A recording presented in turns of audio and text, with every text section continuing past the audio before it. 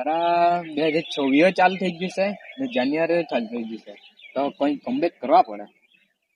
અરે આ પહેલો મહિનો તો ટ્રાયલ નો મહિનો છે યાર. ને પાછો મકર સંક્રાંતિ આવે. આપણે કમબેક ફેબ્રુઆરીમાં કરવું હું. હે તો ફેબ્રુઆરીમાં તો પેલો લોહરી વાળા દિવસ આવે ને તે માટે આપણે તો ઈજરા કરવું તો કમબેક તો થાય જ નહીં. તો હવે પછી માર્ચમાં કરીએ. નહીં હારા, માર્ચમાં નહીં મેર પડે. માર્ચમાં હારા આઈપીએલ હોય યાર. કમબેક હવે એપ્રિલમાં જ થાય આપણું. હટ તો પાછા એપ્રિલમાં તો પાછું વેકેશન હોય એટલે નહીં મેળ પડે. તો પછી મે માં કરીએ. મેમાં નહીં મેર પડે હારા. મેમાં લગન સિઝન. હવે કમબેક પછી આપણું જૂનમાં જ થાય. જૂનમાં તો હારા મેરેજ નહીં પડે. જૂનમાં તો એકલો તાપ પડે, મજા જ નહીં આવે. એટલે આપણે જુલાઈમાં કમબેક કરવું. અરે જુલાઈમાં પાછો વરસાદ બહુ પડે ને એકલો કાઢોક થાય કંટાળ આવે. એટલે હવે કમબેક ઓગસ્ટમાં કરવું.